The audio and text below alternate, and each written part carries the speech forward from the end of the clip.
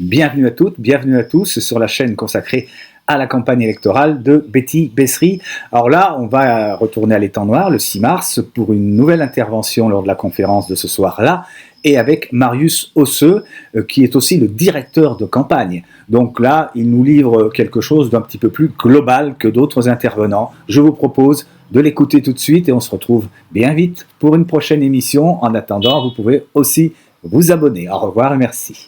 L'équipe pour notre nouvelle Capesterre, conduite par Madame Betty Bessery, et plus largement le mouvement politique Union Capestérienne, engagé depuis tantôt dans la réflexion, dans l'action, visant à préparer une alternative crédible à l'immobilisme politique marqué par ces 19 dernières années d'inaction en Capesterre de Marie-Galante.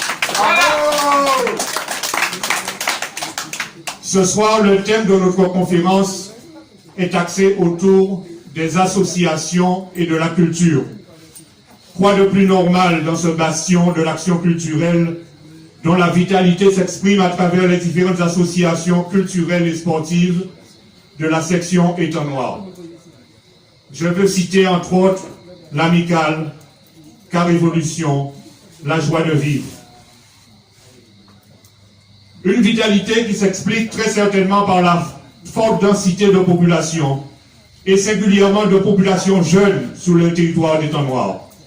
C'est là une vraie richesse qu'il faut prendre en considération dans une politique de développement culturel. Aimé Césaire de son temps considérait que la culture est tout ce que l'homme a inventé pour rendre le monde vivable. Tout ce que l'homme a inventé pour rendre le monde vivable. Si l'on considère donc cette définition, la question qui nous vient tout de suite à l'esprit est de nous demander ce que nos décideurs ont mis en place pour rendre notre Capesterre vivable. Quelle politique culturelle a été mise en place pour permettre aux Capestériens de se sentir bien dans leur commune, d'échanger, de se côtoyer, de tisser des liens d'amitié? Le réseau associatif est le vecteur préférentiel du lien qu'il s'agit d'assurer entre les hommes. Aussi, vous conviendrez, tout comme moi, que tout ce qui vise à rendre un territoire vivable, en d'autres termes, à permettre qu'une commune soit un lieu où il fait bon vivre, est affaire de décideurs, est affaire de dirigeants politiques. En l'occurrence, il importe de se demander quel soutien nos politiques ont-ils apporté aux associations pour leur permettre de rayonner et de rejaillir sur l'animation du territoire. L'OMCS, Office municipal de la culture et des sports, organe paramunicipal subventionné pour déployer la politique culturelle et sportive de la commune, se doit de jouer un rôle majeur. Être la vitrine de toutes les associations du territoire afin que leurs actions soient connues de tous. Et là, il ne s'agit pas que de les recenser. Il s'agit entre autres de promouvoir leurs activités à travers ne serait-ce qu'une journée porte ouverte des associations afin de leur permettre de vulgariser leur savoir-faire, leur spécificité et de recruter de nouveaux membres. Ça, nous le mettrons en place très vite dès notre arrivée. Bravo!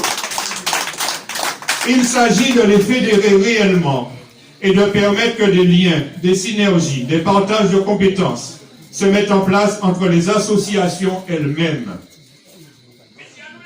Une manifestation intitulée le Week-end des associations sera placée sous le signe de liens fraternels inter-associations à travers des défis issus des activités de chacune d'entre elles et réalisés par des équipes mixtes.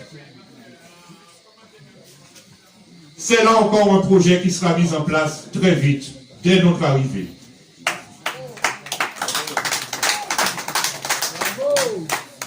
Il s'agit également de permettre aux associations de pouvoir s'identifier à un lieu, d'avoir un point de chute où se rencontrer afin d'échanger, de tisser les nécessaires liens que nous venons d'évoquer.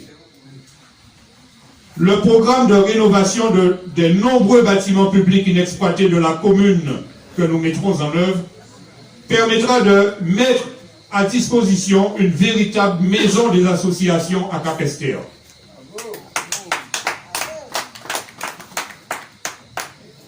Là encore, c'est une action que nous mettrons en place dès notre arrivée à la commune.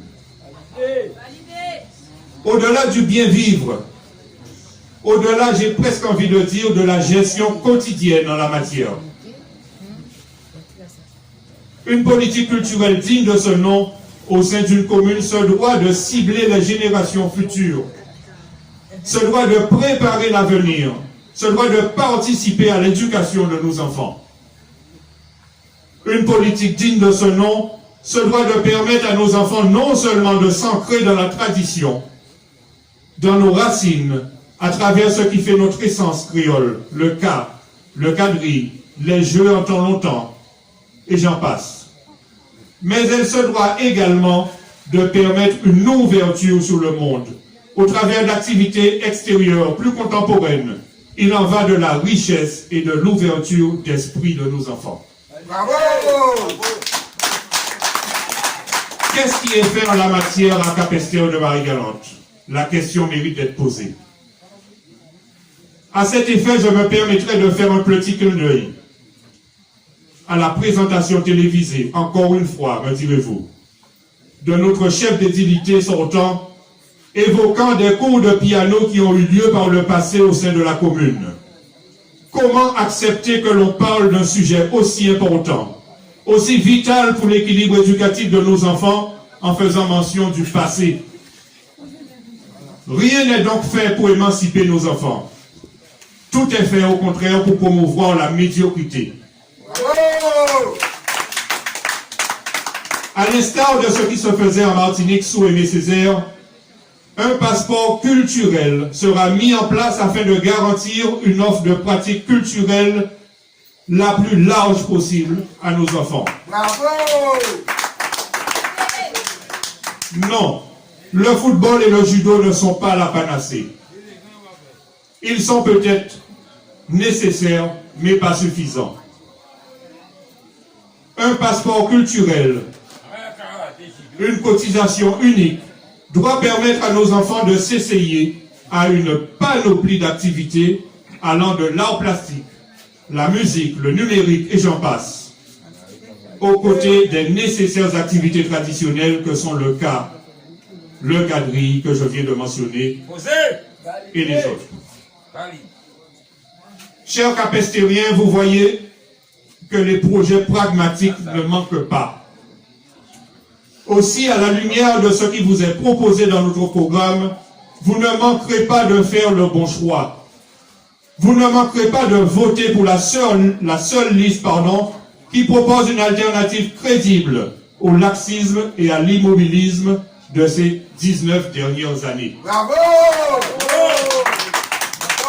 Dès le 15 mars, votez donc en masse pour notre liste. En masse pour notre nouvelle Capesterre, sous la direction bienveillante de Madame Betty Besry.